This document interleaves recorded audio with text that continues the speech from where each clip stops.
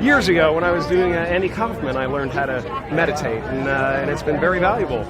It's been around for a while, but I mean, I think on a widespread level, it's being picked up by everybody now. It's being understood as something more than some kind of religious, nutty thing. It's a system of teaching yourself how to get into a state of relaxation that affects your entire life and the quality of your life. And I do it. I've done it for a while, and I recommend it highly. My life is so crazy. It really is. It's extreme.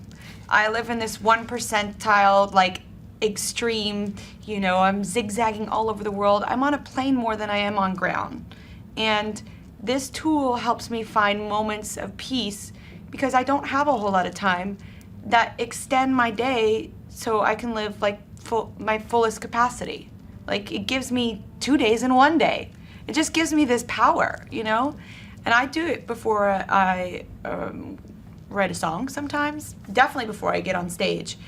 And it's just such an incredible, useful, simple tool that has made such an impact on me, and that's why I'm sitting here with you today. But I meditate. I was introduced to meditation about 15 years ago, and I meditate twice a day. And if I ever feel close to knowing what God is, it's somewhere in the boundary of that half-hour period, twice a day when I meditate.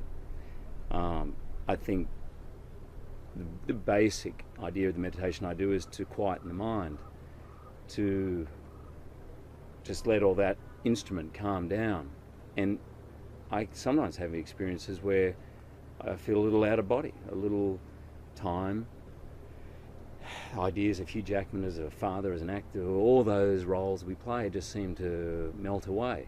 And somewhere in there is where I have some glimmer, some glimpse at what God is. And it's a feeling. And it's blissful. And it can go like that, and every minute you try and grab onto it, it's gone. We're householders, right? You're a householder, I'm a householder. We're not people who are born to sit up on the top of a mountain and meditate. Some are, and they're incredibly powerful what they do. But you and I, basically, we have a job and we earn money to look after a family or whatever. We give to society in whichever way we can and contribute. It's what in Indian or Vedic terms they call the way of the householder. But twice a day, even as a householder, twice a day for half an hour, I can dip into what I call that gold, that the substance of what is God, and just bathe in it. It's a different experience every time, but I get glimpses of something that energizes me on such a deep level that I'm not sure exactly what I'd do without that form of prayer. It's a way to be in touch with who I really am. How has practice of TM over the years helped you? For me, what meditation does at the most root level is bring me back to zero and remind me of sort of my most natural state and what my value is in the world in a really core way. I think it's so easy to get caught up in the challenges, physical and material and ambition, and you know, there's all the stuff that is sort of set up in the world to distract us from our sort of most basic self and our most basic instincts, and there's so much fear and anxiety that it kind of accompanies modern life. And for me, meditation is the thing that reminds me of sort of who I am and what we all are, and it sounds so mystical, but it's actually so basic. What has happened, I think, as a result of Transcendental Meditation, certainly it's run concurrently with it, is a sense that I have now an ability I've cultivated an ability to step back from the phenomena of my life, from the mechanics of my feelings, and go, right, do I really want to lose my temper in this situation, or do I really want to act on that desire, or do I really want to act on that fear? And sometimes I do. Sometimes I don't have the freedom. I still do. But increasingly, I've noticed that the hypnotic power of the material world has decreased. Some of that may be because I've been doing the same thing for a long time. When I wanted to be famous, I wasn't famous yet. So for me, it could have been a solution. It could have been an epiphany. It could have been enlightenment, a revolution, a transition.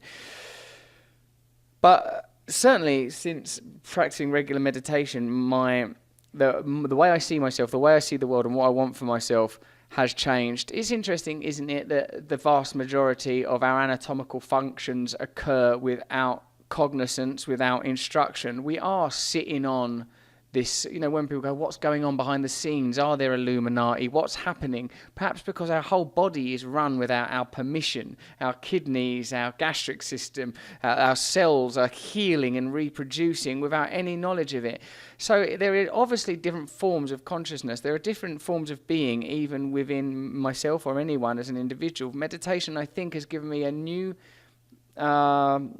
aspect, a new facet through which to access that. So I always have to be mindful of pointing out that it's not like, oh yeah, I used to be like a crazy drug addict and a womanizer, and now I'm just basically sat around with a blanket wrapped around me looking at a cool, calm lake and thinking George Harrison lyrics. I'm not. I'm still I have it in me. I've got desire in me. I've got fear in me. I've got lust. I'm full of human flesh-based stuff. But what's happened is a neglected aspect of me has been awoken and cultivated through this meditative practice. I learned, and it was exactly what I needed. And the thing that blew me away the most about it was that it was the easiest thing that I'd ever done. Not the easiest meditation, but the easiest thing I have ever learned. I learn a lot of things. That's my job. I go out there and I learn it. I'll spend months learning something. And this took me an hour the first time. And it's also what you get out of it. The fact that it's so simple to learn, it's so simple to practice, and yet you get the amount of restoration that comes to you, the benefit across your life. It has changed everything. I just had my family and my boyfriend's family meet together for the first time over Thanksgiving, everybody in my apartment for 5 days. And let me tell you something.